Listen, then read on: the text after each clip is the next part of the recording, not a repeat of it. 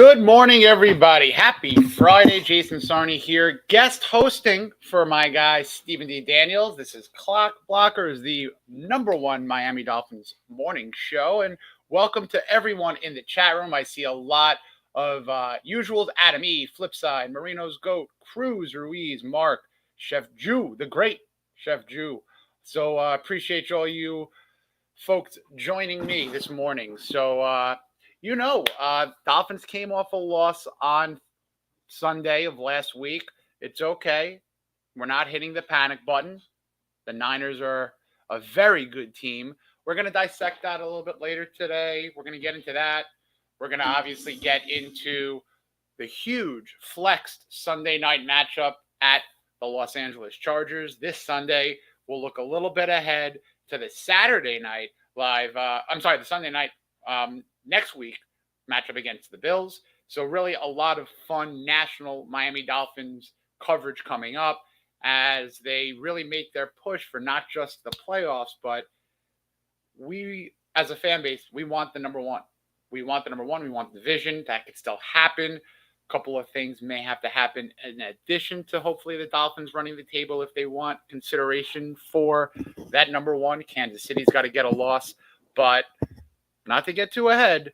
They got to take care of business against the Chargers and certainly have to go into Buffalo in a week's time and change and get a win up there, because that has not been easy. That is not usually an easy task in the winter for any Dolphins team in history. So we'll see where we're at after a couple of days after this national game.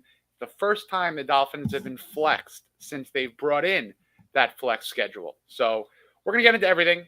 But before that, of course, I can't do it as well as my guy, Steven. I'll do my best, but we'll do a little bit of the rundown right now. Obviously, you know what to do in terms of following us over on Twitter, on the socials. It's at Miami Sports Music.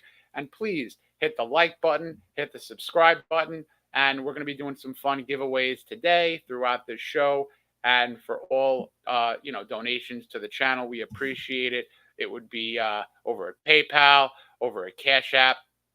You could see on the screen where you could hit us up for that. So we definitely appreciate everything. So going to move on a little bit and thank our sponsors. Of course, we have a number of terrific sponsors here over at Clock Blockers. And first being, ZSM Sports, great memorabilia, folks. You could definitely head on over there and see what they got. Obviously, I'm somewhat of a memorabilia guy myself. So it's great to scroll around their website, around their social channels to see what they got. Hangry Owls, good food, good mood, craft subs and salads. Hangry Owls, great place to eat, of course. Up here in my neck of the woods, they call it hoagies. I call it subs. So if you're looking for a good meal, Hangry Owls is your spot, 305-279-5332. And I can't do this as well, Steven. Vasasaur, I have a problem with the rolled R's. I apologize, but definitely hit up Vasasaur. Great beer company, local beer company. And I believe there's a fun event coming up sponsored by Vasasaur. There's a watch party for the Buffalo Bills game. So there'll be a lot more information in the next couple of days for that. But the great Stephen D. Daniels and Dolphreaky, our representative for the Fan of the Year, will be all around that party. So bring on the questions. Would love to hear them. We'll love to see, what you guys are thinking about. I can't roll the R, Chase. I'm dying. I can't do it. My wife makes fun of me. Everyone makes R. I can't do it. It's like a limp. I can't do it. So I apologize to everybody. I'll get there maybe, but no dice right now. No dice. So I want to hear what everybody thinks. Today is actually a special day in Miami Dolphin fandom.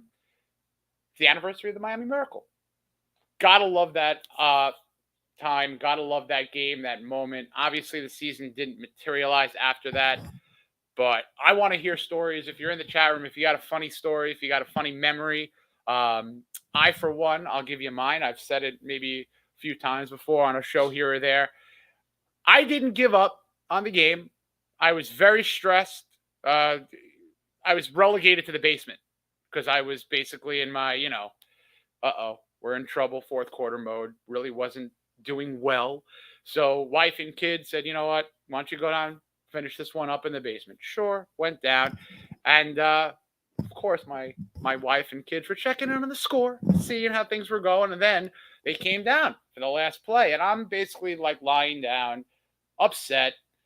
And my son, 7 at the time, 11 now, said, "Hey, there's time on the clock, Dad." And my wife says, "Yeah, we got one more play." And I'm like, yeah. And then Tannehill completes it to Kenny. And then I kind of rise up a little bit, gets it to Devontae. I kind of lean forward a little bit. And then that's when my wife and my kids started like saying, "Oh my God." And then once Kenyon got it, and then the Ted Larson block, we went absolutely bonkers. And that was the first time, really, that my family and I went bonkers together for a Dolphin moment. So, very important, very special day. If you could see over my left shoulder over there, my birthday after that, or a year after that, was my wife getting me the route that Kenyon ran. Gronk's there. Maybe I can kind of get it on over there. One of my favorite gifts ever. So happy anniversary to Dolphin fans in the Miami Miracle.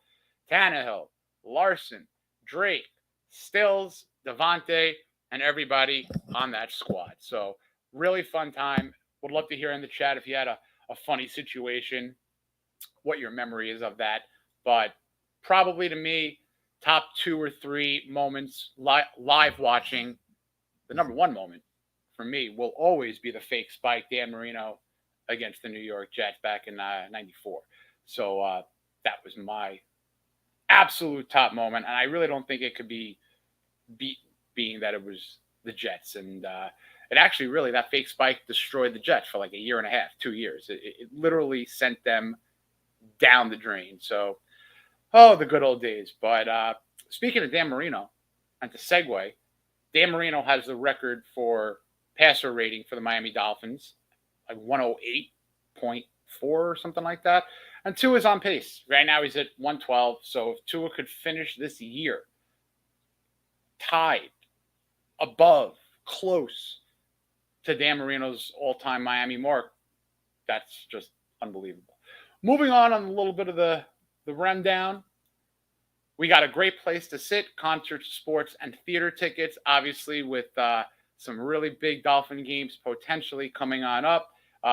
2 of them remaining at Hard Rock Stadium. If you want to go on up to Buffalo, you got some time maybe if you're out west to check out the Chargers tickets, but a great place to sit. Definitely hit them up for your tickets.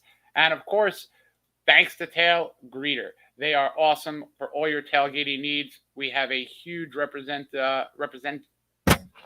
base there at all Miami tailgates.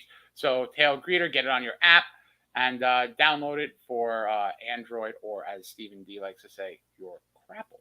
So now that we got the bill pays out of the way, we're going to talk a little bit about that San Francisco game. So a couple of bad, some ugly, a little bit of sprinkles of good. But what I didn't love around the socials was such gloom and doom. Down 2 possessions in the third quarter, everyone saying season's over. Not everyone. A lot of people saying season's over. Oh, woe is us. We're screwed. And then all of a sudden it's a 1 possession game. 2 plays go a different way. I think this is a completely different game. You stop Kittle on that 3rd down, or was it 4th down, or if you stop Kittle on that long play, get the ball back, different story. Also, if Gesicki makes that catch, it was a 4th down play. I didn't love the target. It was a tough catch to make. And initially it looked like he did reel it in. But after second look, after a review, bobbled it, lost it on the sideline. I mean, made the effort, but probably just wasn't the best target in that situation. And the Dolphins ended up losing the game. So you know what? Going back to the earlier portions of the year, preseason, when the schedule came out, if anyone really had this as a win, even prior to how well the Dolphins were playing, sure. But I'm not gloom and doom. I'm not upset. I was disappointed we couldn't get a win on a week that the Chiefs lost.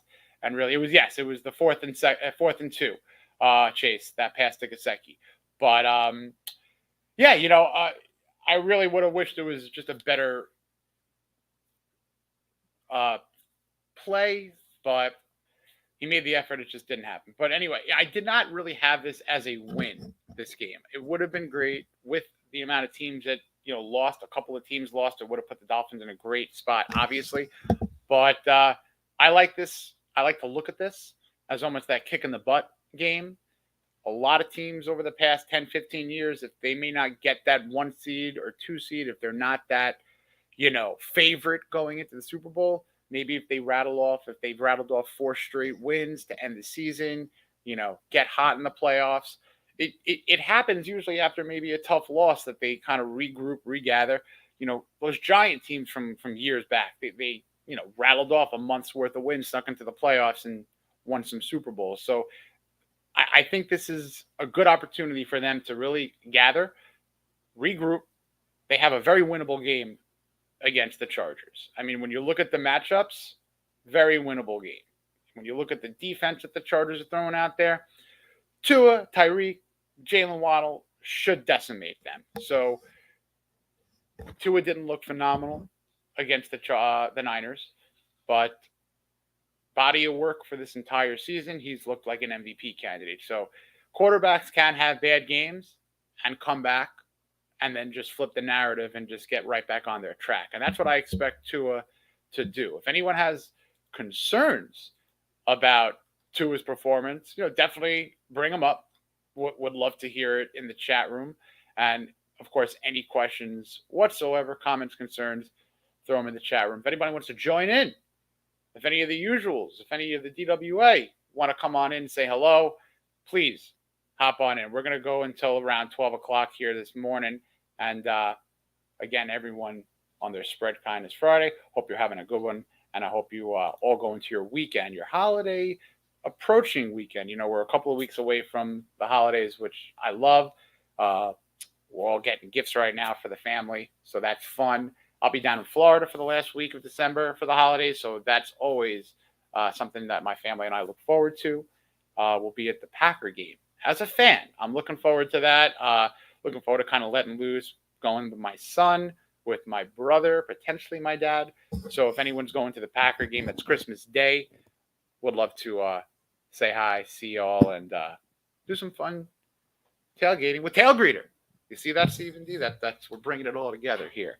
So, yes, let's talk Dolphins Chargers now. I want to go over some of the matchups here. In terms of total offense, let's kind of run down the tail of the tape, how they compare. Overall for this season, the Chargers are ranked 13th, averaging 351.2 yards of total offense per game. Dolphins ranked 4th in the NFL, 380.2 yards per game. Let's break it down to passing. Just in passing, number 2 in the league, the Dolphins, 290.5 yards per game. Justin Herbert and the Chargers, 266.5 yards per game. Pardon me. Obviously, I realize Herbert's had injuries with the receivers. Could be a factor, but Tua's been playing better than Herbert. It's been a fun watch on social media these days with people calling Herbert a social media quarterback. And yes, he's made some terrific plays, terrific throws, but he's thrown a lot of interceptions. He's made a lot of mistakes. He's lost more than Tua. So to me, this is one of those fun games where is it the determination of who made the right pick? Did the Dolphins make the right pick with Tua over Herbert? I truly think so. I do. I honestly do. And when matched with McDaniel, I think that is the perfect combination. But going further down the tail of the tape, the rushing offense for the Chargers, yes, they have Austin Eckler, but he's very much a pass catcher. They're ranked 31st with 84.7 yards on the ground per game. And yes, Austin Eckler, Chase, phenomenal player. He's almost like a version similar to Christian McCaffrey, who really did well last week for the Niners against the Dolphins. So I'm more worried about Eckler on 3rd and 4, 3rd and 7 out of the backfield, really, than I am about him picking up a rushing first down. So something to watch, Eckler out of the backfield as a receiver. So, definitely going to focus in on him. In terms of sacks allowed, very similar. Very similar. They're, pretty much dead on. 27 sacks allowed, 26 sacks allowed. Chargers on the 27, Miami on the 26. That ranks 13th, tied for if you're the Chargers, tied for 11th if you're the Dolphins. Just kind of go in on the sack talk. The Dolphins have improved that the last couple of games. If we're really going to break it down, they've had multiple sacks in 4 straight games, and they've had 9 sacks in the last 2 games. Far cry from the first, 6, 7 games of the year. Bradley Chubb comes on in. He's played 4 games with the Dolphins. He's got 3 games in a row with at least a half a sack. Similarly, on a 3-game streak is Jalen Phillips. He's been heating up as he did last year in his rookie year. He started a little slow out of the gates. Then he finished with 8.5 sacks, the majority of those coming on even like a 5-game sack streak he had last season. And he's basically repeating that, what is, maybe it's a trend. Maybe he is kind of that second half player, not at detriment to his first half in terms of effort. He really was getting to the quarterback. He was getting pressure. He just wasn't getting the sack. That too started last year as well. So you got to look a little bit beyond the sack numbers for Jalen Phillips specifically. But, he really has, again, he's been heating up. So if Phillips and Chubb could just make Herbert's life miserable, that's phenomenal. And interior-wise, I don't think there's a duo in the NFL on the defensive line playing better, really, than Wilkins and Zach Sealer. Christian Wilkins is a beast. He can do everything inside, outside. 12 tackles against the Niners in a losing effort. He had a tackle for loss. He's had a tackle for loss, I believe, in 9 out of the 12 games he's played, at least one. And he's an absolute stud. 13th overall draft pick a couple of years back. Captain. He's up for, hopefully the Dolphins extend him and just lock him up, because he is of mass importance to this team. Should be a Pro Bowler. Second leading defensive lineman in tackles this season.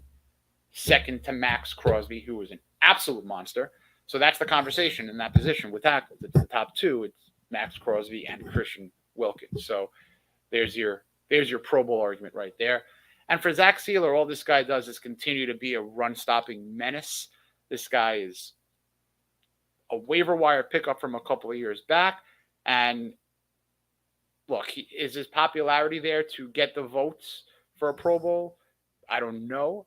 Certainly we're trying, but he's got the skills. He's absolutely got the skills. And I think that he and Wilkins, if you continue them as a duo for 4 years, that's fantastic. They almost remind me from a production standpoint. If you look at kind of tail of the tape, I know a little bit different, but the dominance of like a Darryl Gardner and a Tim Bowens from way back when, that's kind of, where I see those guys from an absolute just, consistency. Gardner and Bowens were teammates for like 8 years, 7 years together or something like that. So, consistency is key. And that's hopefully what the Dolphins are doing, building that 25, 30 person core, and building on that and extending it, because not only are the Dolphins having a great year this year, this team is built for 3-4 years of hopeful Super Bowl contention, if not more. So getting now back to that tail of the tape, going to go a little all over the place, of course, but third down offense, Dolphins could be improving in that mark. They're 21st in the league. They're 38%, 38.7%, and the Chargers are at 42%, 11th in the league. So, we definitely want to see improvement in that regard.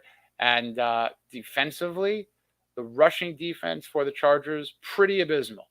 They give up 151.6 yards on the game per ground.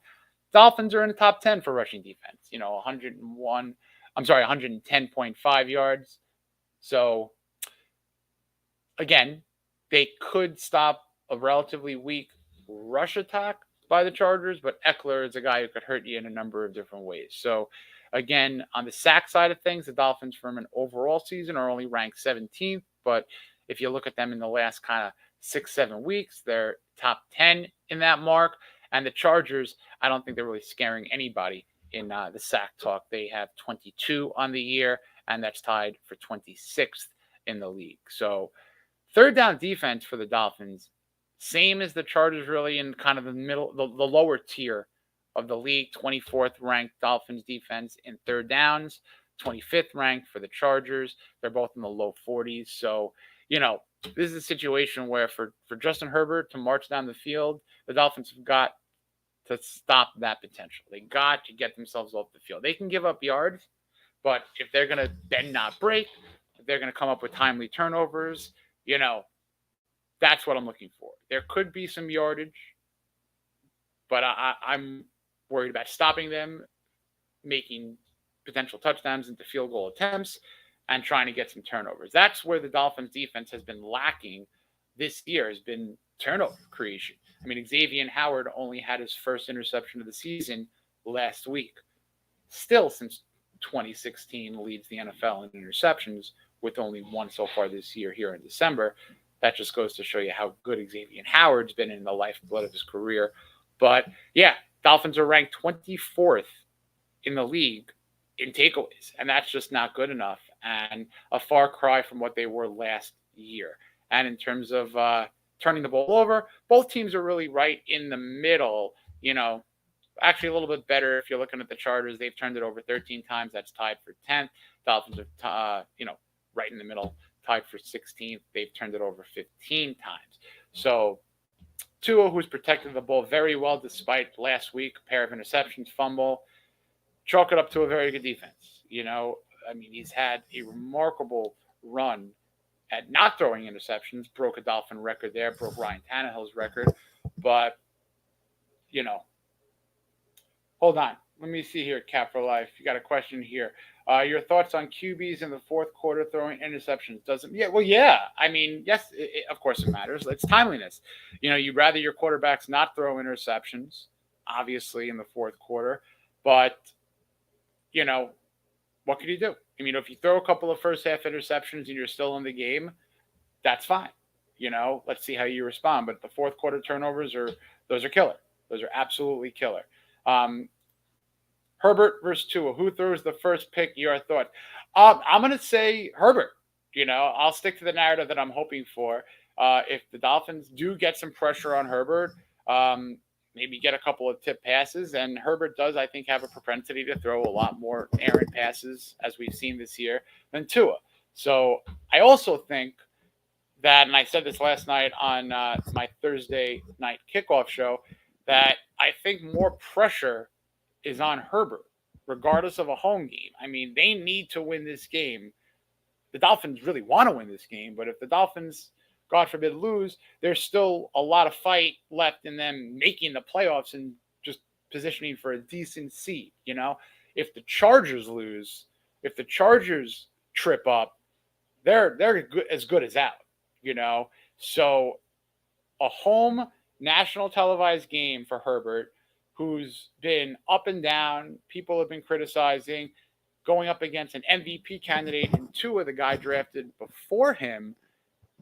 And there's such a polarizing kind of discussion on Tua that, I think Tua comes back from what was a bad game last week.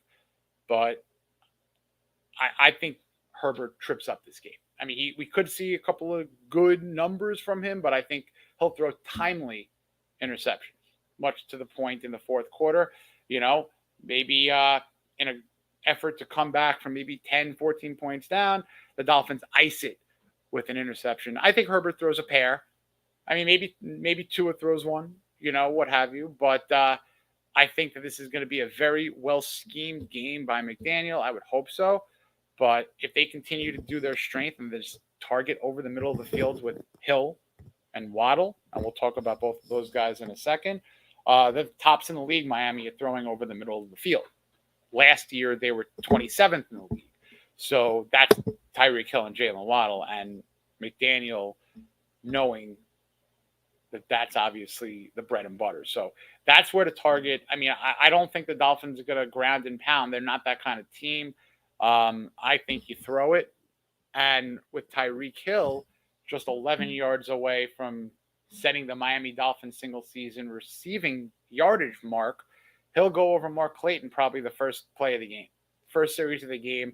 Could not imagine not going to Tyreek Hill over the middle, let him catch and run for 15 yards. get a little graphic up that he is now the record holder for the Dolphins in a single season in week 14, which is terrific in and of itself. So, 13, whatever it is. But you got a massive stud in Tyreek Hill who's going for 2,000 yards. And something about Jalen Waddle, which is a remarkable stat. He's first in the NFL with all receivers who have at least 30 receptions. 82.5% of his catches, think about this, 82.5% of his catches are either a touchdown or a first down. So I guess mathematically, production-wise, who's producing better in that regard other than Tyreek Hill than Jalen Waddle? These are two of the top 5 receivers in the league, literally bookend at that. Number 1, Tyreek Hill. Number 5, Jalen Waddle. And every time they touch the ball, good things are happening. So the 1-2 punch the Dolphins have, better than even a healthy 1-2 punch that the Chargers have in Keenan Allen and Mike Williams. Obviously, those injuries have been season-long, up and down for those Chargers. But Waddle, I think, comes back after having, I guess, a game that you could say was banged up with an injury or a hurt leg or something. But not a very good game for Waddle. His worst of the season. Tyreek Hill had a great game. What Tyreek Hill is doing really is having a season comparable to, what your Randy Mosses, what your Jerry Rices have done. When you look at games where he's had 9+ catches, 140+ yards, he's done it like 4 times already. It's unbelievable what Hill is doing, and probably for my money, MVP of the league, not named any quarterback, right? So if you're looking at non-quarterback positional players who are the MVP, hard to not say Tyreek Hill. Very hard to not say Tyreek Hill.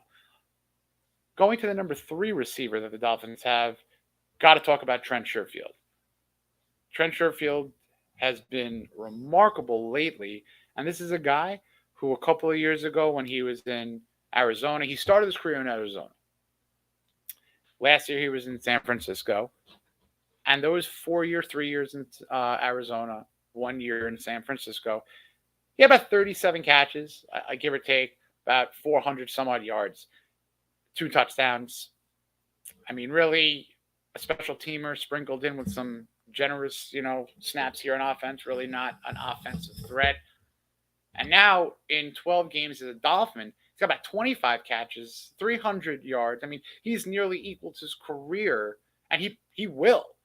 He will exceed his 4-year previous Miami Dolphin marks probably by the Packers game, or certainly, that second to last game. I believe that would be the Patriots. So, no, I think it was the Patriots was before the Packers. I don't have the schedule in front of me. So, yeah, I mean, you got guys who are having career years on offense, who are having NFL record-breaking years on offense. So, speaking of Jalen Waddle, I think that brings us to, I guess you all know what's coming after the last couple of weeks. Let's do a Jalen Waddle card giveaway. And everyone who is waiting on a couple of cards, I've sent them out, a good wave of them. So let me know if you're still waiting, and I will get them out. I got a couple of fun ones. Here. And what we'll do is, obviously, if anyone's interested in the cards, and if anyone is, of course, generous enough to donate to the channel, you could do so at PayPal, MSM Podcast Network, on Cash App. We appreciate it. What I'm going to be doing and what we're going to be doing as a group. I've been trying to pick a good day, a good time. It's probably going to be that day leading into the Buffalo game. A lot of fun giveaways, a lot of fun donation situations, charitable raffles, and we're going to be putting together a nice event. Much like if you remember a couple of years back, some of my good friends over at the Fin Maniacs website from way back when, we did a nice event for Dolphins Challenge Cancer, and same idea. We're going to be doing some guest appearances, some really fun giveaways. My fun giveaway, if you see right there, that's an Xavier and Howard replica helmet, signed replica helmet, but 100% legit. That'll be my premium item, and we're going to be getting a lot of items in the next couple of days. Eyes up, heads up for the advertisements on that, so we'll let everybody know when and where and how. So Let's see if we got any other questions or any comments. We got lead catcher 2 is ranked higher than every other QB, so you're not living in reality. And I think he's talking to. We got a Bills fan in here. In your head. Everyone wants that for their team. However, sorry to say, Tuna isn't that guy. All right. Okay. We can debate. I mean, I obviously know that last week was not a good performance, but again, body of work. I think Tua is that guy. Bills fan in your head. So let's do a little bit of a fun trio of cards for Jalen Waddle. So, again, where you could donate, I'll open this up at $5, and we'll do this until 12:45. So for the next 15 minutes, we'll do a Jalen Waddle giveaway. Open it at $5. First card is going to be a fun Sparkly Illusions rookie card. I don't think you could really see it, but it's kind of a parallel with like ruby stardust on it. I don't know. This is a fun card too. This is a rookie ticket optic rookie. Very nice card for Jalen Waddle. This is a fun one. A couple of weeks ago, Waddle broke the record for first 2 years as a Dolphin receiving yards. In those first 2 years, he's got the record. He beat Jarvis Landry. This is a card with both of them on it. And one of those is game worn by Landry. So this is a fun card. So we got this. We got that. And we got this. We'll start it at $5. So let's talk a little Jalen Waddle. How much fun has it been watching the World Cup and seeing people do the Jalen Waddle celebration? I mean, I don't know if it's 1,000% after Jalen Waddle, but let's just go with that narrative. He's gone global. Waddle has gone absolutely global. And that's fantastic. So, again, these 3 cards. And one of them is a bonus because he got a Jarvis Landry game-worn pageant in there. Pardon me. But you got a Jarvis Landry game-worn, and you got, I guess you can call it 2.5 Jalen Waddle rookie cards. So, where you could do your donating, and of course we appreciate. Before that, hit the like, hit the subscribe. That would be fantastic. We appreciate it. And of course, for the cards or anything else, you can find us over at PayPal, Cash App. We appreciate anything. And we'll be doing more of these throughout the morning, throughout any of these Miami sports music shows, and of course, Target. Next week going into the Bills primetime matchup, where we'll do something fun with some guests, with some, fun giveaways, some fun contests. So that'll be a lot of fun there. So let's see what else we got here. If anybody wants to throw a question out there specifically to the Chargers matchup, I definitely want to talk a little bit about what it means for the Bills matchup in a couple of weeks. If we get that win, assuming that we get the win in the Chargers game, assuming Buffalo takes care of it. Look, if the Dolphins win out, they win the division. So they control their own destiny with winning the division. Thankfully, with the Bills' victory earlier in the year, sweeping the Bills would lock up the division pretty much. If they could just win out, imagine home field for a game, at least. It's almost too good to be true. But I do think the Dolphins can go into Buffalo. If it's freezing cold, fine. If it's huge snowstorm, obviously that would be a problem. But weather aside, I think that the Dolphins have the talent to go in and beat Buffalo. They made acquisitions a month ago. I think 2 guys that are perfect to help beat a team like Buffalo, and that's Bradley Chubb and Jeff Wilson Jr. There's no reason to believe that they can't beat the Bills. But this is a huge, huge moment for this franchise. And If anyone has a comment about, well, hold on one second. We got Kane with a comment here. Jason, are you buying this narrative? Tua didn't play well with Armstead in the game. Tua didn't play well because Tua didn't play well. I don't think it's because of Armstead. I think if Armstead was, it's tough to it's really tough to say in this particular situation. But I do think that Tua just had a bad game. If Armstead was in, I don't know if the throws would have been better. I don't know if he would have had more time, probably. But I don't think it's an excuse. We can't use that as an excuse because the offensive line did play rather well. It's not like these were throws because of a porous offensive line, So I would love to go back in time and pretend to watch a game with Tehran in there, but I'll tell you that they are a different team overall on offense with him in there. But I'm fine with saying that Tua was off. Tua was off. He had a bad game, but to me, it's not analyzing that as much as it's analyzing what happens next. So, I mean, if he comes out in the first half and maybe looks a little timid, looks a little tight, looks a little nervous that game last week was still in his head, problem. But if he has the short-term memory and goes out and plays fourth quarter Tua, that throw to Tyreek, mixing in all the good that he's done, I think he'll be okay. I truly do.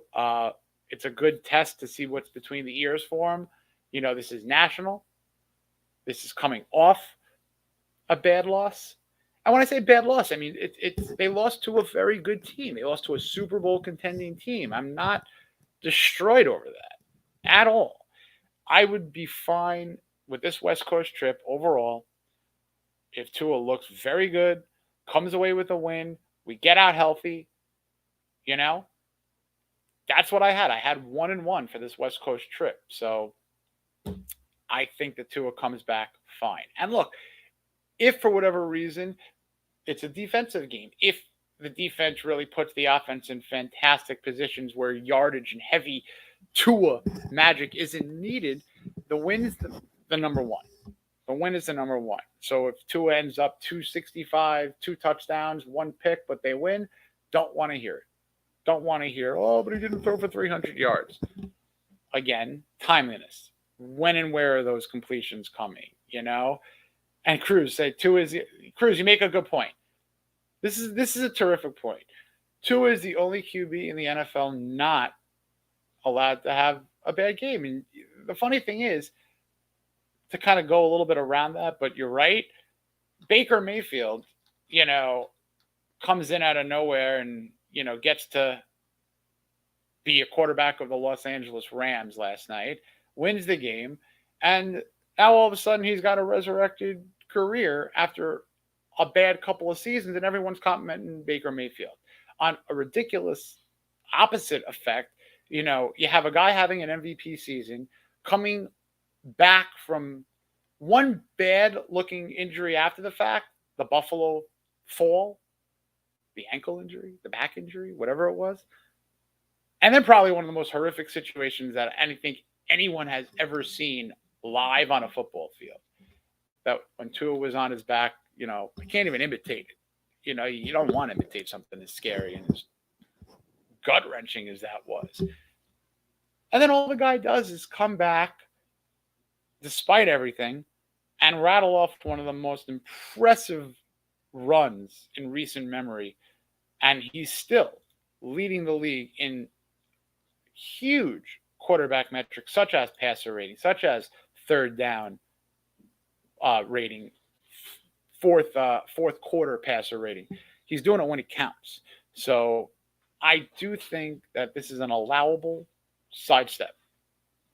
It's what you do now against the Chargers. It's what you do against Buffalo. And, of course, when looking ahead to the home games that they have left with the Packers and with the Jets, remember, Tua didn't have the Jets. That game going to MetLife week 4 didn't have them. So right off that, you got to know that the Dolphins have a better chance against the Jets with Tua, clearly. And that game could be a huge game where Tua could be putting the Dolphins in position to clinch a division, to clinch a number one or a number two seed, while maybe even knocking the Jets out. So there's a lot of story and a lot of season left for Tua to write this narrative and really give the critics, a big, hey, shut up. And that's basically what I hope he does on the field. Is he's not the kind of guy, to really braggadociously do something like that. He does it very subtly when you hear his press conferences. He's a guy that wants to prove everybody wrong, clearly. And I think he's going to do it. I do think he's going to do it. And it starts with this Charger game. So let's do a little bill paying. Let's put up those Waddle cards again, starting with $5. Who wants these Waddle cards for $5? You got 5 more minutes. We'll extend it to 10 more minutes. We'll extend it to 10:50. Here are the cards. One of them is a game-worn patch by Jarvis Landry. So you're sharing a Waddle and a Landry card along with 2 other Jalen Waddle rookies. So whoever wants to start it off, that's where you could send your donations. You got MSM Podcast Network on PayPal. You can head on over to the Cash App. And while you're doing that, hit the like button. Subscribe to the channel. It's a growing channel. We have a ton of great shows, just to, give you the rundown of shows. We got an all-star crew. You got Nando Talk.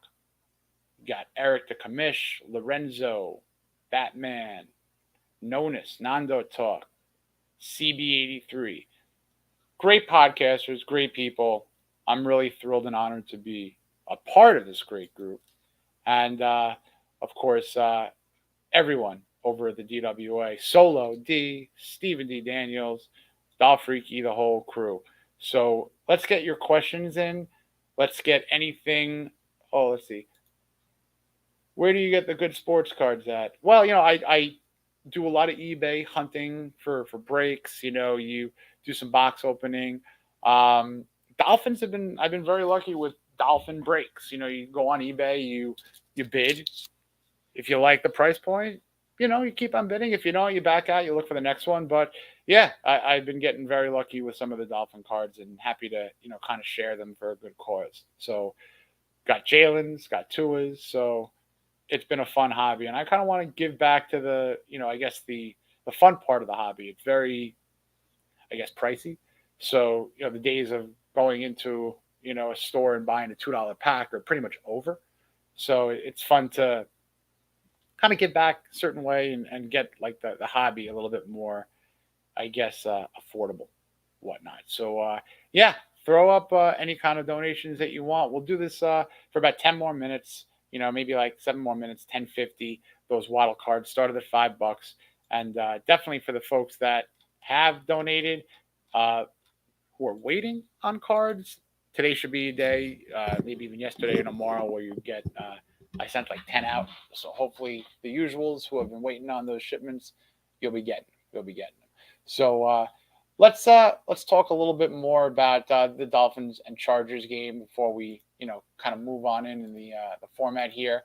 If anyone is concerned about any other player on the Chargers, yeah, let me know. I'm not very concerned about this team.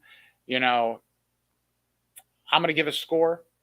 I said 38-20 last night on my show with Nicky Smokes. So if you guys have seen or heard Nicky Smokes on his show here on YouTube, he does great with his predictions. And, he's going to be coming on to my show on Thursday nights for the first 10 minutes prior to kickoff for Thursday Night Football.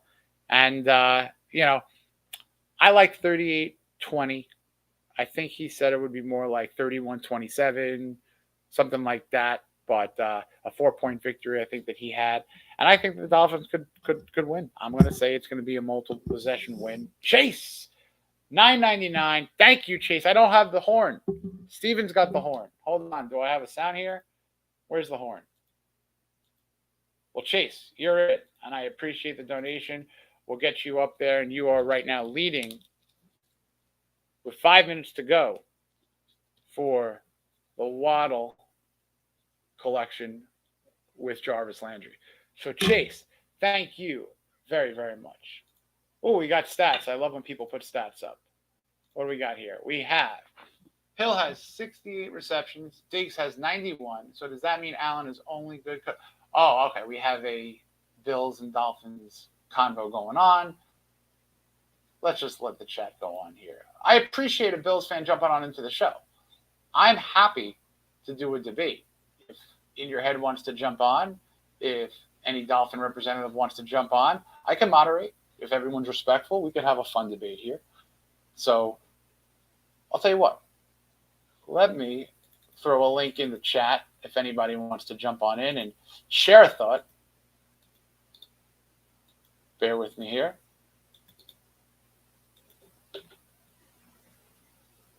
Okay, yeah, come on in. If anybody wants to talk, give a prediction, say hello.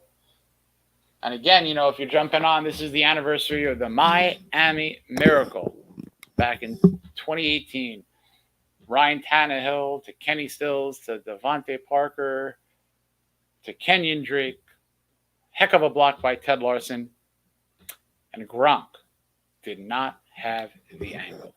Oh, man, if they only won a couple of more games after that, they could have maybe made the playoffs. I think the next game after that was a Minnesota game, maybe a Jacksonville game. I think they lost the next 2 or 3 after that. It was pretty heartbreaking.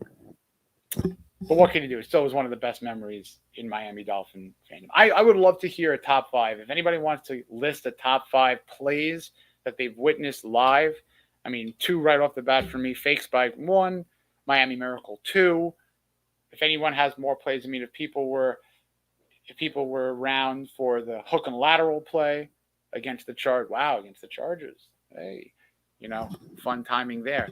Another fun timing situation is that the all-time leader in the Dolphins-Chargers series, and that's LA and San Diego, for the single-game high of receiving yards, Mark Clayton.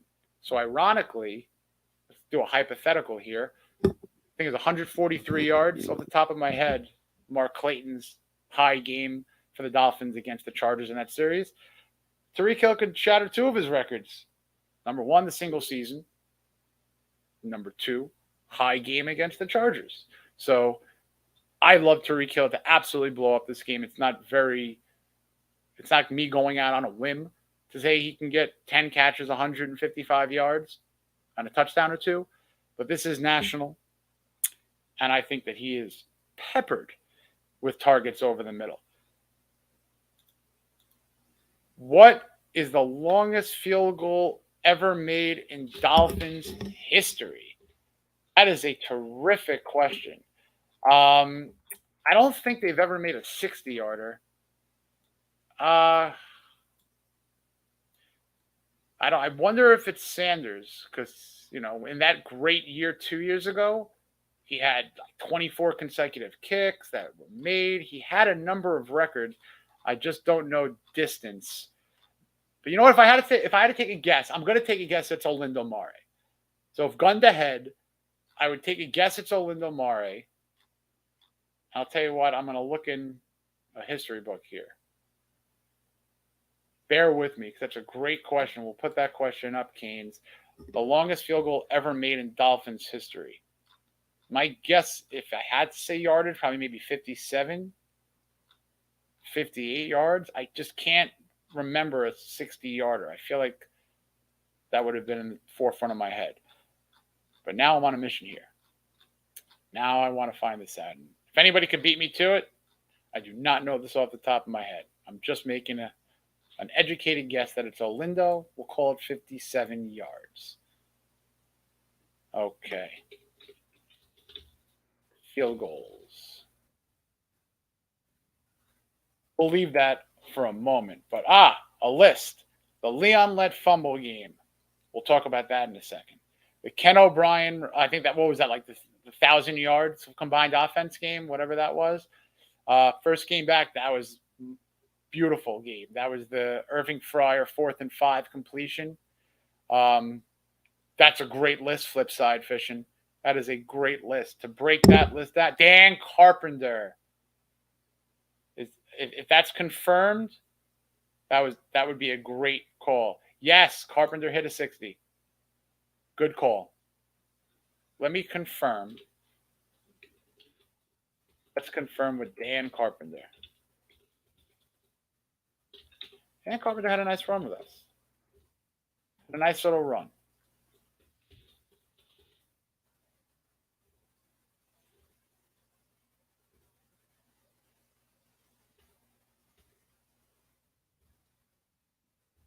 Bear with me, everybody.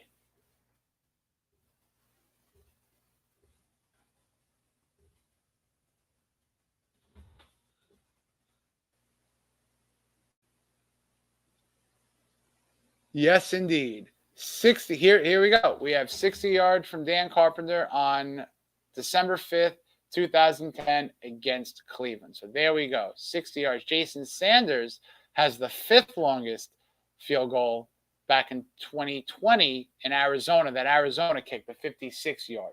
So great call there. Going back to that list by Flipside Fishing. I love that list. The Leon Lett fumble game, Thanksgiving game, the snow all over the place going through that middle portion of the roof in Dallas. I was 11 for that game. And much like the Miami Miracle, that was probably my first game as a kid on TV in my home in New York. My family was there, Thanksgiving, and I went absolutely bonkers. I went from horribly sad from witnessing what should have been a loss right after the blocked field goal. And then I didn't truly understand what was going on. My dad did a good job of explaining. And then all of a sudden I see like 6 Dolphins cleaning and sweeping away for what would be a Doug Peterson held field goal kick by Pete Stoyanovich, basically a mulligan, and he won the game. And that was phenomenal. That was definitely a run around the house moment. I was too young to witness the Ken O'Brien Marino game. Saw the highlights, of course, but that was a little bit before my absolute every week of following and watching as a kid. And that shootout, that Patriot game, 95. Wow, that was unbelievable. Marino came back from the Achilles, and he then proceeded to have one of his best years. And it was almost like Marino 2.0 after that. So what a game. 4th and 5. Go YouTube it if you don't remember it, if you want to watch it again. It was 4th and 5.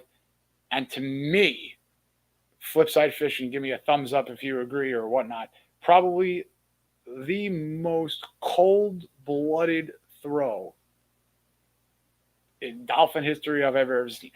4th and 5. The throw was perfect. It was like a 40, 50-yard bomb to Fryer for the touchdown. Fryer, all he had to do was just put his arms out. Touchdown. It was beautiful. It was beautiful. Yes, Chase, this was a phenomenal moment. The Jay Fiedler rushing touchdown versus the Raiders right after September 11th. That was a great game. You know, Fiedler being a New Yorker, being a Long Islander. Really a very emotional game. I'm a New Yorker. A lot of people know. I was up in Buffalo for that game. That's where I went to college. A whole school essentially was from New York, whether Western New York, upstate New York, the New York City area, Long Island. So, watching that game with a bunch of non-Dolphin fans in Buffalo, a lot of my friends, Jet fans, Giant fans, not very friendly Dolphin people at all. But that game particularly, everyone was rooting for Fiedler because it was, the New Yorker, the New York quarterback and the Dolphins, win a memorable game after a horrible moment. So tragic, horrible, massive understatement. But that game had Fiedler on Sports Illustrated on the cover. So yeah, that was a really awesome game. Yes. The unveiling of the Wildcat offense against the Patriots, 2008. That was what was great about that is because they were 0-2. They were 0-2 to start that year. And then Dan Hennig, the I think he was a quarterback's coach. But anyway, he was from Arkansas, and they used that offense in college. And then I think as the story goes on the flight to New England, Henny showed something to Sperano and said, hey, here's something.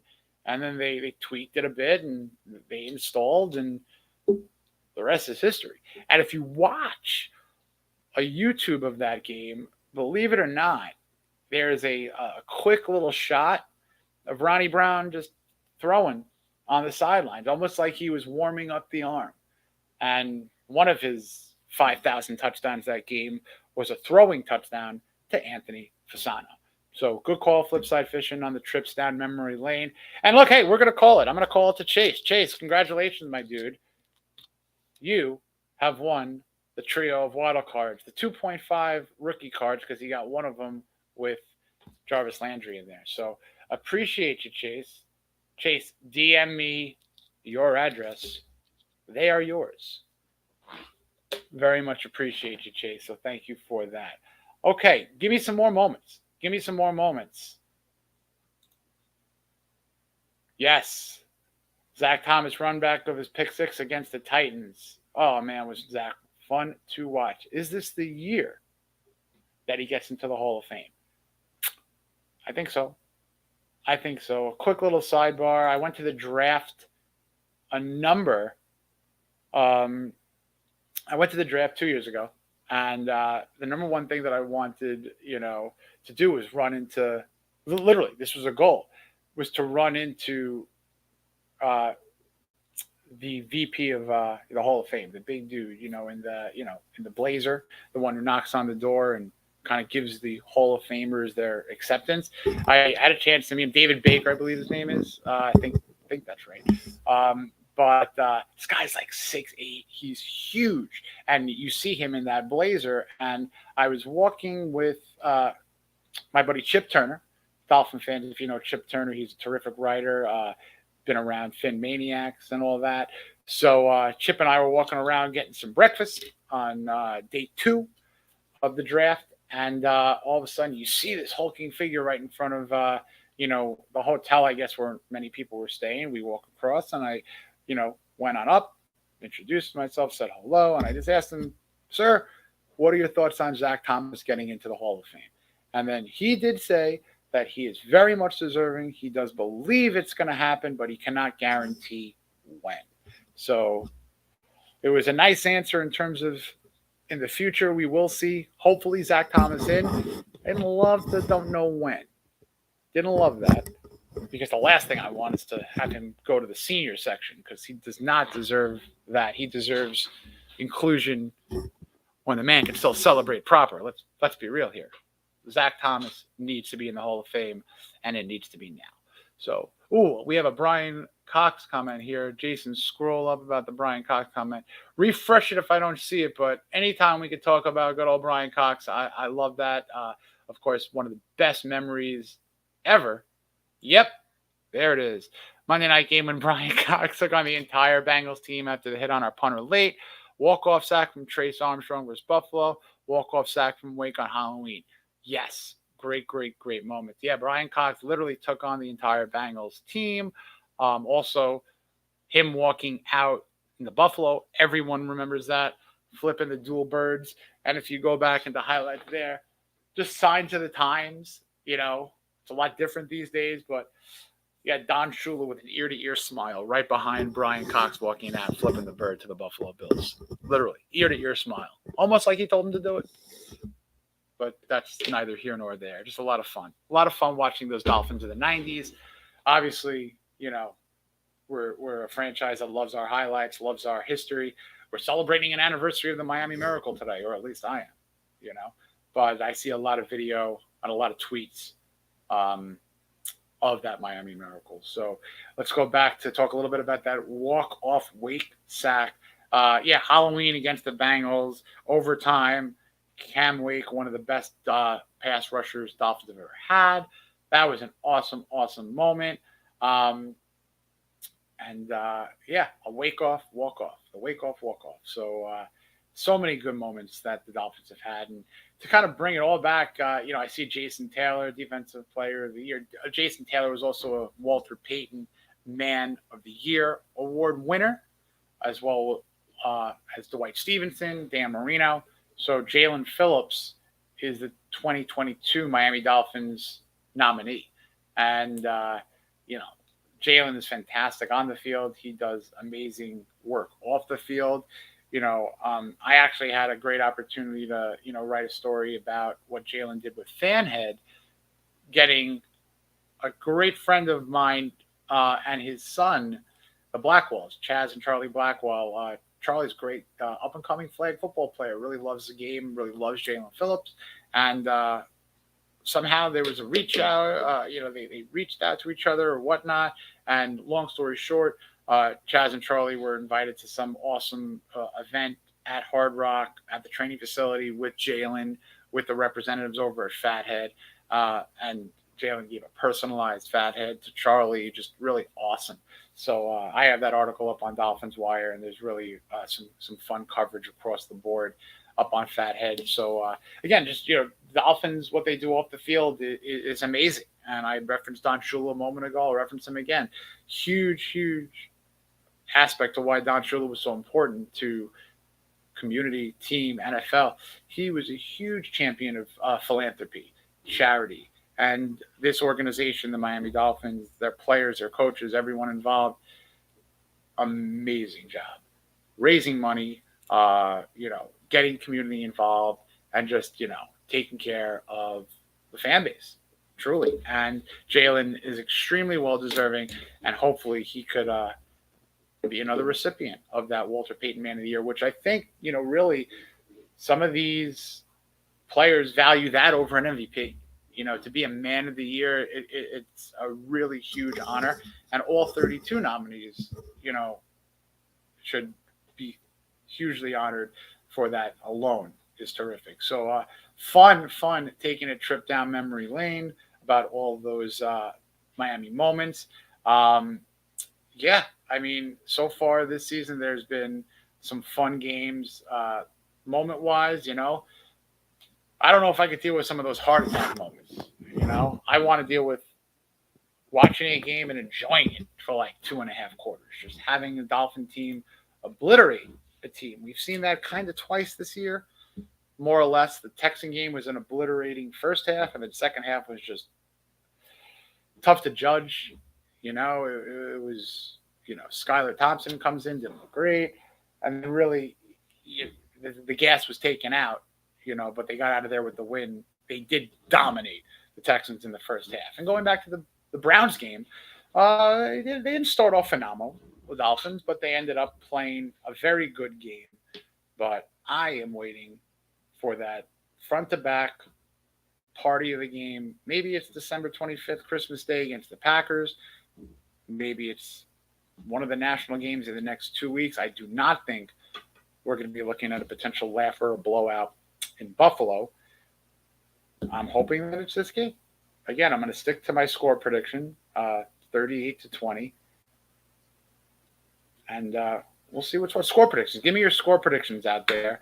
And while we do that, another thank you to Chase One, who is going to win those Jalen Waddle cards. So very much appreciated on that regard. And for anyone who wants to hit the like, hit the subscribe button, please do so. We really appreciate it. And, of course, any donations to the channel, we, of course, appreciate as well. I'm going to give a shout-out to our guy, Stephen D. I hope he's having a fun vacation. I think he's on a cruise with the fam. Man works extremely hard, so I hope he's getting some good sun and enjoying his time with the fam. I think he's somewhere in the Caribbean right now. So definitely warmer weather than what I have right now. Okay, so let's see. We got some score predictions. All right, our friend in Buffalo says Bolts by 17. Okay, totally fair. Totally fair. Let's get some Dolphin predictions here. I want to see what this crew has to say. 34-24, Fins for the win, says Adam E. Okay, that works for me. Look, I'm a guy, at the end of the day, I want to win. I don't really analyze so much the particulars of how. I detox very quickly from a game. Monday, Tuesday, I forget about it. If it's a win, it's a win. If it's a loss, it's a loss. But I like 34-24. I'd like it even better if it was like, 34, like 17, and then that garbage time touchdown. But I would love a dominating game. So let's talk a little Buffalo. We have in your head here. And, I think that when you match up Josh Allen and Diggs, Tua and Tyreek Hill, it's a heavyweight matchup, absolute heavyweight matchup. You guys losing, and I say you guys, I'm talking directly to your head, sorry. Buffalo Bills losing Von Miller hurts, and the Dolphins bringing in Bradley Chubb. It's almost like taking a model of what the Bills are, getting that pass rusher addition, to hopefully bring you on into postseason, not just relevancy, but contention. And I think Chubb does very well in the next couple of weeks. I think that he's got that momentum. I think I like him getting another. Look, can he rattle off 2 or 3 more straight games with sacks? I truly, truly think so. And if he has to skip a game, let him skip the Chargers game, because I think other people are going to eat and beat Herbert. But I think that Buffalo is all hands on deck. Van Ginkel's got to have game of his life. Wilkins, Sealer have to be top notch as they have been. And, that secondary, as good as they can be, even with the injuries, turnover creation. This is Javon Holland, Xavier Howard. This is a game where they have to be those ball hawks that they are. Javon Holland is one of, I think, like 4 or 5 players in the league with, multiple picks, a sack, pass defended, fumble recovery or forced fumble. He's an absolute Swiss Army knife, and he has to have a huge, huge game on Sunday. They got to make Josh Allen look mortal, especially taking away.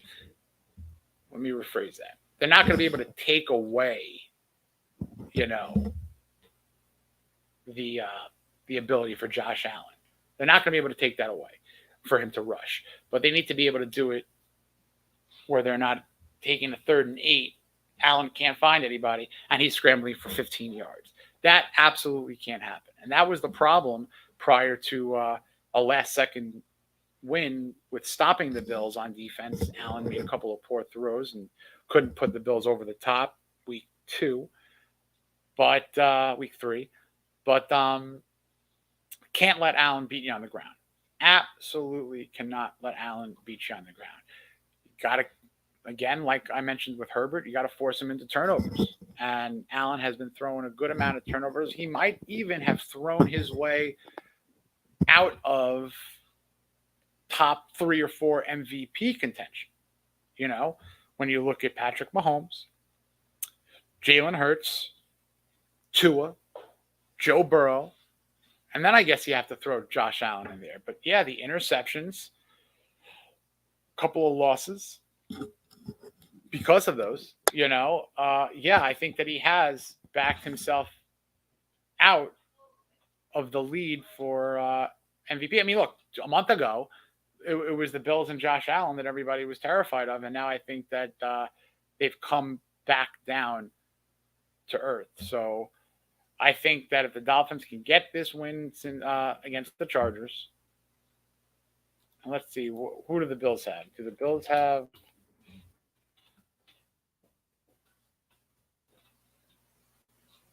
Give me a second here. Oh, the Bills are at home against the Jets, of course. So, yeah, this is a game where, you got to pick your poison here and who you want to root for or root against. But you need the Bills to lose. Simple as that. If the Jets win, they keep their hopes alive. But you know what? Let's just take one step at a time. You want the Bills to lose. You want them to start going south. You want them to kind of get that implosion. Jets could still, win, beat. Like, I don't care if the Jets make the playoffs as much as I care about the Dolphins getting the division. So if the Dolphins win the division, it just so means that the way the math works, the Jets beat the Bills, and it works that it's the Dolphins, Bills, Jets representing the AFC East in the playoffs. That's fine. I'm not going to go nuts if the Jets are in the playoffs. I'd love to see them out. But yeah, as Chalk Von Straw says, we are rooting for the Jets to beat the Bills. That's fine. So let's just say if the Jets beat the Bills and the Dolphins beat the Chargers, then it's full steam ahead. Full steam ahead. If the Jets can't take care of business against the Bills, it's okay from a standpoint that if the Dolphins beat the Chargers and go on and beat the Bills, the division can and will be theirs, essentially, if they just continue on their winning ways. But to get that win in Buffalo, to sweep them, that would tell me that this team is not just ready to make moves, that they are ready to. I hate saying it. I really do. I really hate saying it. But if they could go 2-0 the next 2 weeks into a relatively winnable 3-game stretch to end the season, this team can go to the Super Bowl. This team can absolutely go to the Super Bowl, staying healthy, because I'm going to go back to what I've said. They have yet to be perfect. They've yet to play an absolutely dominating game. It's still McDaniel getting the formula right. It's still the offense getting all the particulars right. The defense and Boyer have to do better. The defense has been playing better, but the scheme, the stops, the timeliness again, I think that falls on play calling. I think that falls on Boyer. I think that there needs to be a little bit more creativity, and I get the Byron Jones situation, which is a whole other conversation to have. I get Nick Needham has been out. I get Brandon Jones has been out, which is why Javon Holland is playing, center field back there. But that front seven, they have to dominate the rest of the way. That front seven has got to be beastly. And I'm talking about Chubb. I'm talking about Phillips. I'm talking about Wilkins, Sealer, Andrew Van Ginkel, Melvin Ingram. I mean, these are guys, the complimentary guys have been doing fine. Melvin Ingram has been having a phenomenal year, and he's, a 10-year plus veteran. Andrew Van Ginkel, he's that Swiss Army knife. I don't want you to look at the raw sack stats or he plays special teams. He plays, timely third down, excuse me, third down snaps. So with the addition of Chubb, when they brought in a Melvin Ingram, those snaps were going to go down for a guy like Andrew Van Ginkel, but watch him play. High motor. He's never not grading out, I think, well in terms of just effort. He might not get in on every single play, but right place, right time. We've seen him score touchdowns. We've seen him get interceptions. We've seen him get, big time tackles. So he is a guy who, if he plays well for this stretch run, contract time, he's a free agent. He is a guy who I think can do very, very well if getting a main role on another team. I do not want to see it. I want him to be a Dolphin, obviously. But this is a guy that I think plays 2 phases of football very, very well. He's a top 12 special teams tackler in the league. And, a lot of people don't put a lot of faith or stock into special teams. But, the difference of 5, 15 yards, a long play, special teams is a phase of the game that matters. So if there's any other defensive players that people in the chat room want to shout out, of course, you got to shout out undrafted free agent rookie, Kader Kohou, who is basically leading all rookie undrafteds in tackles, quarterbacks in passes defended, interceptions, snaps. He has been another find by Boyer. Credit Boyer on pointing out and finding players like a Nick Needham. Credit the front office for taking the reports from a Boyer, from assistant coaches, and drafting those kind of guys. Not drafting, signing those kind of guys. So when you look at 2 massive hits, really, from the undrafted market in Needham, yes, he's hurt. Yes, his contract will be up. He signed that RFA, that restricted free agent tender, last offseason. So it's my guess is he'll be back. I hope that he's going to be back, but the injury in a contract situation definitely brings some cloudiness.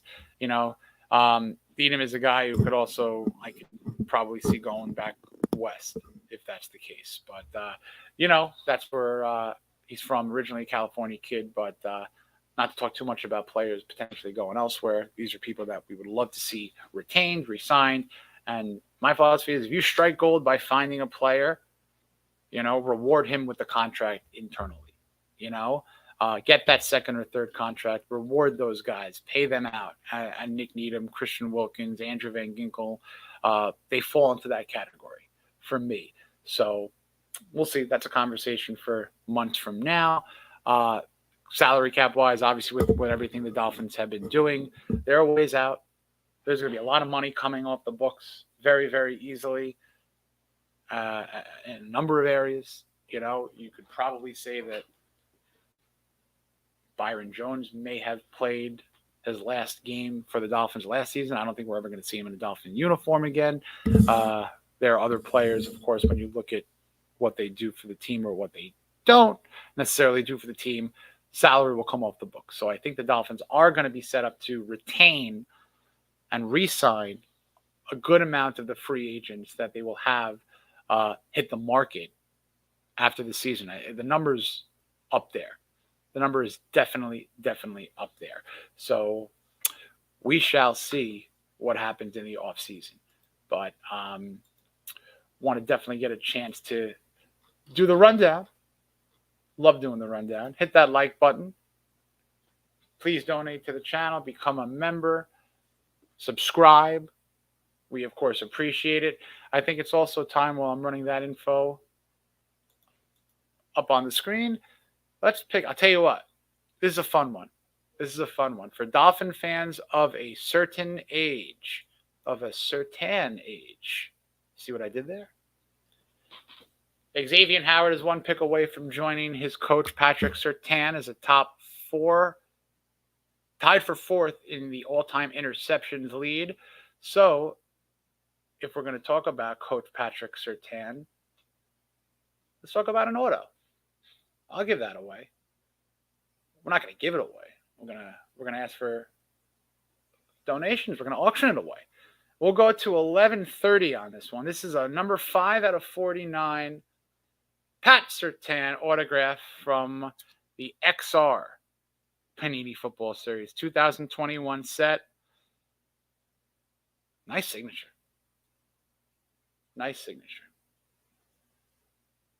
Okay. Where are my Pat Surtain fans? Who's out there? We're going to do 10. We'll start this at 10. That is a steal. Patrick Surtain. Loved watching Pat and Sam in that backfield, defensive backfield growing up. They were as smooth as 2 corners I've ever seen. I mean, Pat had like a 2-year span where he was almost like better than Sam Madison, and they had like, a fun little back and forth there. Broke my heart when Pat went to Kansas City. What could you do? But wouldn't it be great if we see PS2, Pat's son, Patrick Surtain II, one day in Miami? He, I think, might be 2 years away from that expiring rookie contract. He's in Denver. But imagine reuniting another Surtain in Miami. So if you want a Pat Surtain autograph, it is a numbered card. 5 out of 49. We'll run this for 11 more minutes. Start it at 10. $10. And where you could do that donating over on PayPal, over on Cash App. We'll see it come across the screen. Very much appreciating any donation that you all could do. And as mentioned earlier in the show, in the next week and change, I'll be finding a day, probably the day leading into the Buffalo Bills primetime game, where the Dolphins are going to be up in Buffalo for a huge, primetime matchup. You'll see a Xavier Howard autographed replica helmet, full-size replica helmet, authenticated, fully autoed by number 25 himself. So I will be putting that up as part of a an effort to raise money for good causes. Definitely going to bring some of the friends and some of the DWA members, and Steven, I'm sure, is going to jump on in. But we'll have some Dolphin fans, some podcasters, and maybe even some surprises jump on in a week or so. So hopefully we could raise money for some great causes. So let's see what else we got in the comments. Okay. Oh, man, we still got going. We still got in your head, man. Arguing with a Bills fan and a Dolphins podcast. You got to love it. You got to love it. But what's with the Bills side of podcast? How's YouTube life over in Buffalo Bills world in your head? I'm definitely curious. Can't be great if you're hanging out with us. Just saying. But I wouldn't even want to watch a Buffalo Bills podcast. That's just me. So we appreciate you in your head. Definitely appreciate you. But Bills fans are a funny bunch. Have my experience up in Buffalo. Some of the nicest people when they bring you on into their lawn to park your car in a tailgate before you walk on over to the stadium. And then the second you get into that stadium area, the second it becomes like real with football in Buffalo, I got to tell you, sweetest old little lady gave me and my buddies space on her lawn to park, fed us before a game in 1999, and then her and her family and her crew led us through her backyard to the woods to go to the stadium and the parking lot. And then the second we got into another eye shot of a bunch of Bills fans, she literally said, "Dolphin fans, leave me alone. Get on over there. You're here. Goodbye." No joke. So Bills fan base. Okay, I'll give you credit in your head. I'm not going to call you guys the best in the league at all. You guys are the most unique in the league. Is that fair? You guys jump through tables. I've seen Bills fans jump through tables lit on fire. Why?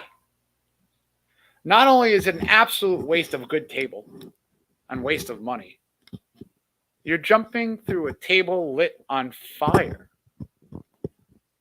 I don't know what that proves in your head. I mean, I've seen miserable jumping through table fails. Who would want to set themselves up for a broken pelvis before a Dolphin game, before a Bills game? I don't know. Alexander Rene Diaz, born and raised in Queens, New York. What part? I was born in Flushing. Spent some time in Forest Hills. So would love to know where you're from, Alexander Rene Diaz. What part of Queens? My father himself went to Forest Hills High School. And then family lived out there for a little while. So in your head says Philly is a close second in again, I'll use the word unique. But I'm here in Philly. I'm 20 minutes north of the city, here in Bucks County in Holland, Pennsylvania. Yes, I live in Holland, Pennsylvania. So that's Flushing is not Long Island, sir. I'll tell you that much right now because I also lived in Long Island. So in your head it says that Flushing is Long Island. If anything, Forest Hills is closer to Long Island, if anything. But Queens is Queens, Long Island is Long Island. Jackson Heights, Randy Watson's own. Jackson Heights' own Randy Watson, right? I'm kidding. That was a Coming to America reference, Alexander. But we have a couple of more minutes to see who might want this Pat Surtain autograph. Chase One, I don't know if you want to jump on in for this one also, but we appreciate your Waddle donation. I'm going to put those cards up to show everyone what you won. You got the Landry and Waddle card. Now, the game-worn patches on the Landry side, not for Waddle. No problem in your head. It's okay. Flushing, Forest Hills, heads and tails of a coin. You got the Jalen Waddle there, Chase. And then you got another Jalen Waddle rookie. This is a Contender's Optic rookie. A little bit of a thicker card stock. Yes. Randy Watson. Yes. One of the funniest movies ever. 100% one of the funniest movies ever. Coming to America, Blazing Saddles, Spaceballs. Mel Brooks is the king. Eddie Murray's the king. Murphy's the king. So, Coming to America 2 is awful. Absolutely awful. I turned it off after about 20 minutes. But Coming to America, the original, was phenomenal. So, a couple more minutes. Going to throw up that Pat Surtain card. Going to start it at 10. Anybody who wants to get in on that. It was okay, Jason. So I guess that's Coming to America 2. And if you're a Jackson Heights guy, so you hold that at a higher standard, Alexander. So I'll give the other hour and a half, 2 hours a shot for Coming to America 2. Reluctantly. Because I don't think that movie should have ever been made into a sequel. It was just that good in the beginning. Flushing is in Queens. Yes. But definitely a little bit of a difference as far as those Flushing. We could talk borough another time. Wasn't a Batman movie in New York. I mean, Gotham has always been kind of compared to New York. So I guess you can kind of say that like the Tim Burton Batmans maybe were like kind of New York-y theme or whatever. Let's go Mets, Alexander says. Definitely a Met fan in Jackson Heights, 100%. 100%. So, yeah, Verlander, Justin Verlander now a Met. Sorry about DeGrom. That hurts. But tough being a Met fan. Tough being a Met fan and a Dolphin fan. And a Knick fan and an Islander fan. Ooh, Alexander. I feel for you, bro. I don't know if you saw those New York Islanders Stanley Cups from way back when. To be an Islander fan when you won, 4 Stanley Cups in a row? That's something. That's certainly something. But I don't know. These days, that's a tough quadrant of sports teams. Knicks, Dolphins, Mets, Islanders. But appreciate you, Alexander. I wasn't born yet. Oh, man. So you're definitely hurting. Alexander, we need to get you a championship, man. That's me too. The only team that I've actually celebrated a championship that I could literally say I was a front-to-back fan of was Carmelo Anthony's Syracuse Orangemen in 2003. Yeah. Literally. I was 5 years old when the Mets won in 1986. I barely, you can't count that. And I'm barely a Met fan now. You think I have it in me? I'm a Dolphin fan. I have no other energy to root for anybody else. That's what people ask me. Who's your team in basketball? I root for players. I if I do watch the game, I just, I'll pick a team. I'll pick a couple of players to kind of hope that they do well. But I'm not.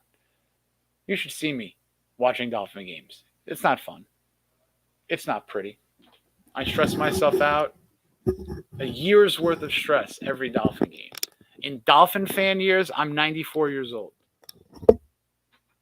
So I can't really dedicate myself to any other sport. It's just the way it is. It's just the way it is. Okay. So what else can we talk about on this Spread Kindness Friday? I would love to go ahead and talk Packers, talk Patriots, talk Jets. I think you can go a week ahead. I can't go so far ahead and predict games. I want to focus on the next game. You can look ahead to the Bills game because it's the Bills, But this Chargers game, Jason, I broke over hundreds of things watching Dolphins games. Yes, there have been broken items in my life. There have been more broken items watching drafts for me. The Deion Jordan draft, I took the remote, I hurled it across the room, and it broke a relatively new Samsung TV. That's a true story. I don't usually do things like that where I'm like throwing things. Usually kind of hitting, not like throwing. I don't go projectile. during games. A lot of hitting into pillows, maybe yelling into pillows. But yeah, Dolphins make a trade, go on up to number 3. You think something's going to be great. They draft Deion Jordan, and there's a big crack in the left side of my brand new Samsung TV. So I understand and I empathize, Alexander. I understand and I empathize. Jason, we came close to the Cup finals when we went back to the Cup back-to-back years, only to lose to the Lightning. Tell you what, you could offer me $1 million right now to name 2 current hockey players. Don't think I could do it. Don't think I could do it. I used to like hockey. I used to be an Islander fan growing up on Long Island. You know, when I was like 11, 12, 13, it was kind of fun. Lost the love for it real quick. Story that I remember that I really started losing the love. Remember Dale Hunter on the Capitals took out Pierre Turgeon, Alexander? I don't know if you're close to my age where you remember that. I was probably 13. Was it 94? Pierre Turgeon got taken out after a goal by Dale Hunter, ruins his career. Made me very upset. And that was really it with me with hockey. That was it. You seem to like all New York teams except the Jets. Scratch my head. We got a Jet fan in the pocket. I will explain myself happily on that. I'm from New York. My father was never a huge football fan. He kind of liked rooting for different teams. So when he was growing up, he happened to have liked the Steelers in the 70s. You know, he didn't care about the Jets. Never cared about the Jets. And it basically took me just to decide who I wanted to watch and follow when I figured out what football was. And then, long story short, you know, Dan Marino pretty much showed me who that was, what that was. So I'm a Dolphin fan because of Dan Marino. Living in New York, I am sure I have an affiliation to the Mets. I used to like the Islanders. And in terms of basketball, I never was a Knicks fan. My mom, believe it or not, huge, one of the biggest Knicks fans out there. She's down in Florida. She was actually just at a Knicks basketball New York City event. She was hanging out with Bob Ryan, writer for the Boston Globe, Coach Cremens from Georgia Tech. Yeah, basketball junkie. Basketball was my first love. When the knees went, so did my basketball ability. So football kind of took over after the playing days went. But anyway, wanted to explain myself. We got a Jet fan and a Bills fan here. I would love to know what goes on over on the podcast world in those fan bases. I couldn't stomach an hour and change watching a Jet or a Bills fan base. We appreciate you guys. Thank you. I wonder if I have any Jet cards here. Maybe I got a couple of Zach Wilson's Jet gang. I'll send them to you for free. Take care of the postage, 25 cents. They're yours. Shoot me on over your address. Bills fans, no. You're not getting anything. I'm just kidding. So, Jets gang, well, throw me a reason to believe why the Jets are a playoff team in there. I would love to know now that you're here. Give me a reason why they're going to beat the Bills this weekend. I'll read it for you. I'll throw it up on the screen. Why are they going to beat the Bills this weekend, and why are they a playoff team? And what I'll do is I'll throw up that Pat Surtain card again, so if anybody wants to donate. I'm going to go back 10 more minutes for the Pat and the show. Got to get back to real life here, you know. And, of course, next week, your boy and my guy, Stephen D. Daniels, will be back with the normal Clock Blockers rundown on Spread Kindness Friday. I'll, of course, join him. But really glad that he's taken an opportunity to get some well-earned vacation time. So go about 10 more minutes here, and great opportunity to ask you all if there's any other final questions, concerns leading into the Chargers game, overall on the season, where you think the Dolphins are going to finish up record-wise. I'm going to go with the 12-5 mark. I said 11 wins earlier in the year. I reserved the right to move it up to 12. It was early September, and I'm going to stick to 12. That means they are allowed one more loss. I mean, is anybody going to be upset with a 12-5 record and essentially under 5 years in a rebuild. It's the third year of a rebuild, essentially. And you got a first-year head coach. And you got so many polarizing comments about your quarterback in Tua. And you know what? I really would love this kid to just shut everyone up. He's kind of quarterback you root for. I don't understand the hatred. Again, I'll say it. I said it last night. I probably said it earlier today. I just don't understand the hatred of a kid like Tua who does everything right. Pete's Takes, one of our usuals. Thanks for jumping on. This is a Pat Surtain numbered 5 to 49. We'll start it at 10. We will start it at 10. I mean, look, current Dolphin, which is great because he's a coach. You know, I'll tell you, when Pat and Sam were announced as coaches, I thought it was such a savvy. What year is it from? It's from the 2021 XR set, Pete. Acclaimed autographs. I think there was like 2 Dolphins in that set for acclaimed autographs. I think it might have been Jason Taylor, but that's the set. And here is the front. 5 of 49. Yeah, I'll tell you, you know, in the most recent sets of the newest Absolute cards, there's some really cool Dolphin autographs. There are some really, really cool. There's Mercury Morris. There's Mark Duper. I think there's a Bob Greasy. So, yeah, definitely in the newer sets, they have some awesome Dolphin autos. In fact, I'll show you one. We're not going to do it today. I told you there's going to be another day where we're doing, you know, a big time event in the next maybe 10 days it is, probably going into the Bills game. But check out this Duper auto. Brand new set. 15 of 35 for number 85. And see, I love when players sign with their number. See, this is a great autograph because this takes effort because it's super duper 85. So he nicknamed it and he took the time to, you know, make a good autograph.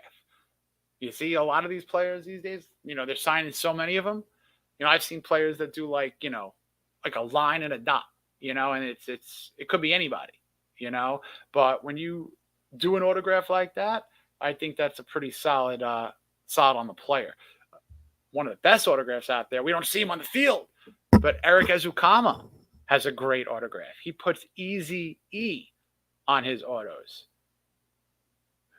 Oh, Pete's working on trades. We can't do trades right now, Pete, but let's throw it up there. Let's throw up the deal. I'll trade you my 2 and numbered card for those 2. Maybe I don't know about that. Well, we want to do some fundraising. We could go offline, Pete, for trades, certainly, but definitely would love to see if we can get a bid for the Pat and a little preview of what we'll do in a week or so. Would be a super duper number 15 out of 35 iconic ink. Yeah, man. Look at those jerseys. Not a better jersey in football. Maybe the Chargers powdered blues. Oh, would it be great to see the Chargers throwbacks and the Dolphins throwbacks on Sunday night. Oh, boy. Pete's Takes. I'll tell you what. We'll put a pin on this for you next time. All right? But this is easy. This is a $10 donation gets it for you, Pete. And if anybody wants to challenge him in there, you got 6 more minutes. And then we'll preview a couple of other things that we'll do for the next show. Let's see some fun autographs. We got a Brandon Jones auto. That will be up there. Rookie card autograph. We'll put that up there. Let's see what else. We got.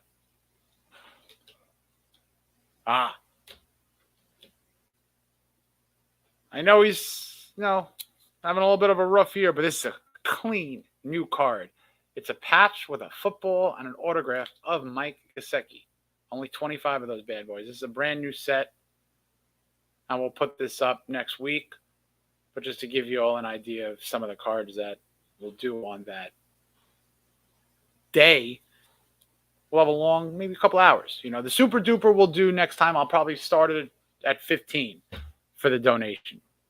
You know, so you guys know how it works when we do this. Not now. This is a preview item. So when we go heading to the Bills game, we're gonna do a show. I guess call it like a podathon. You know, we'll figure out a way to raise as much money as we can for charities that are near and dear to us. All goodwill kind of situation. All of it really benefiting, you know, a few charities. Of course, helping out the channel a bit, but the vast majority, you know, would be going to, you know, up. Whoa. Okay, you know what? It's yours. I mean, unless somebody beats them, I'm going to put that on. I'm going to put both of these. Pete's Take. Talk about going strong. I'm going to now put this in the duper. I'm going to now put the duper into this for Pete's Takes. It's $49.99. There's 4 minutes left. So now, Pete, thank you. You are now in contention and leading for both of these, because that was an awesome hit right there. I asked for 10 and then 15, and you blew it out with 50, $49.99. Thank you, Pete. Awesome, awesome stuff right there. So you get a 15 out of 35 at the moment. You know, we got 3 minutes. If anybody wants to go above, I don't know about a bidding war with, you know, our guy Pete here. But those are his at the moment. So thank you. Thank you very much. Whoa, God. Now we're talking. Uh-oh, Pete. Flip side, fishing. Comes in with 100. Oh, boy. And is this enough? Now we're rocking and rolling. This is another one. This is another one. Now he's saying, thank you, Jason. I'll give the pat away, but the super. We're battling. Technically, flip side's up by $1. Just saying right there. So I hope I'm moderating this right. Usually I need my partner in crime, Steven, on this here. But so it looks like Pete has made 2 donations. Okay? So he's off by just under $100, a couple of cents. We might have to figure out a way to make both of these guys benefit here. But right now, flip side is up by a couple of cents on Pete's Takes. So, Pete, we got Bishop coming in with 10. AJ Dewey made you a Dolphins fan. I wish I had a Dewey card. Oh, man, I really do. I really do wish I had a Dewey. But thank you, Bishop. He throws in 10. And Pete is now in the lead. Pete is in the lead. Flip side. I don't know, man. Flip side, you are definitely, look, you're not getting nothing if you come in second in this one, flip side. I'm going to show you a couple of things that you could decide on. If it stays like this, oh boy, flip side fishing comes on in. Pete, so I believe you got about $3.02 you got to go, $3.03. My math stinks real quick, but I don't know. We got about a minute left. A minute left. It looks like, at the moment, flip side fishing is at 105, and Pete is at like 102 and change here. So we need a couple more. Pete's Take. I'm going to do it in a countdown mode. We have 15 seconds. Pete is in the lead. 10, 9, 8, 7, 6, 5, 4, 3, oh no, 2, 1. Oh my God. Wow. Wow. And Pete's Takes jumps on in here. Oh boy. This is tough. I need help here, everybody. I need help here. I want both of you all to benefit greatly. from this. Greatly from this. So Pete's takes and flip side. We're gonna walk through this here. Flip side, you can have the Sertan. Okay, so that's a nice little olive branch right there. Now, flip side. Let's talk about this. I want to make sure that everybody's happy here. Now, of course, we have very much appreciated the donation. Now, flip side. Is your number one ask the Sertan or the Duper? Got to know that. And then I think I need help from the comments in here. Okay, Raul says, send Pete a Tua card. I just wanted the Duper. Flip side, Fishing wanted the Duper, but so did Pete's takes. I'm very conflicted here. I think we might have to go to the wheel. Should we go to the wheel? Andre says Pete won. This is true.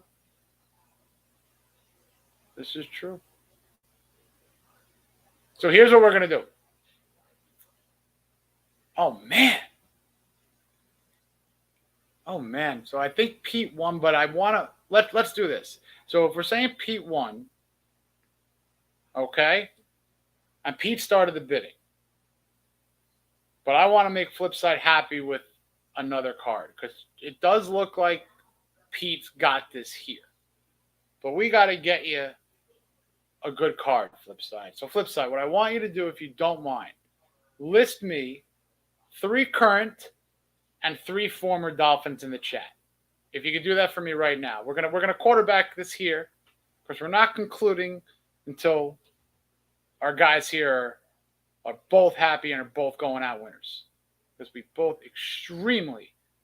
all extremely, Steven and I and this whole, organization of podcasts and everyone over at Miami Sports appreciates those awesome donations. When you talk about buzzer beater donations, this is amazing.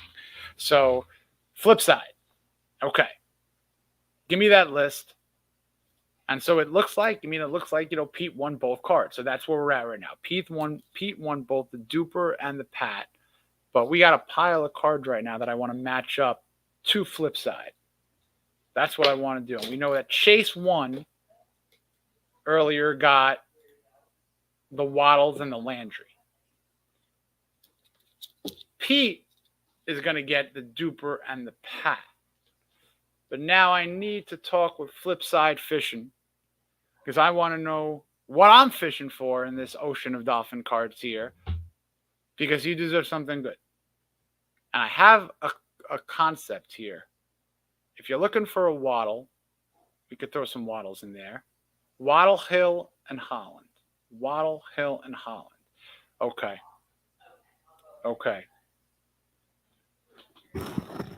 I have a Holland that I'm going to get you.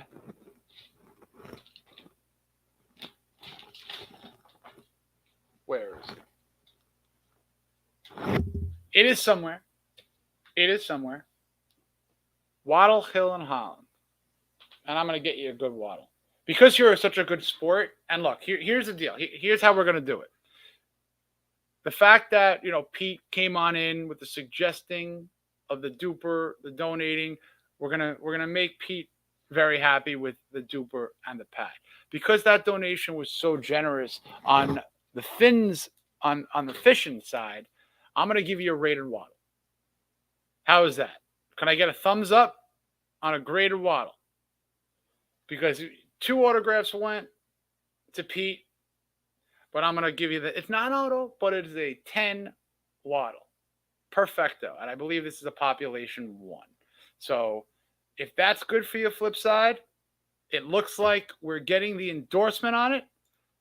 We got it. We're happy. That's what we do. We got to make everyone all happy. And I love it. And anytime you could do something like you guys have done, Pete, and fishing, big time appreciation from all of us. Chase won. Thank you. So we had a nice little morning here. Of donating. And raising money for both the channel, and we're going to get a portion of this over to charity as well. So we really appreciate it over at DWA, over at Miami Sports Music, particularly here on the Clock Blockers Friday, Spread Kindness and Positivity Friday. Really love when you guys kind of help out. This is really, it means a lot to me. This community means a lot to me.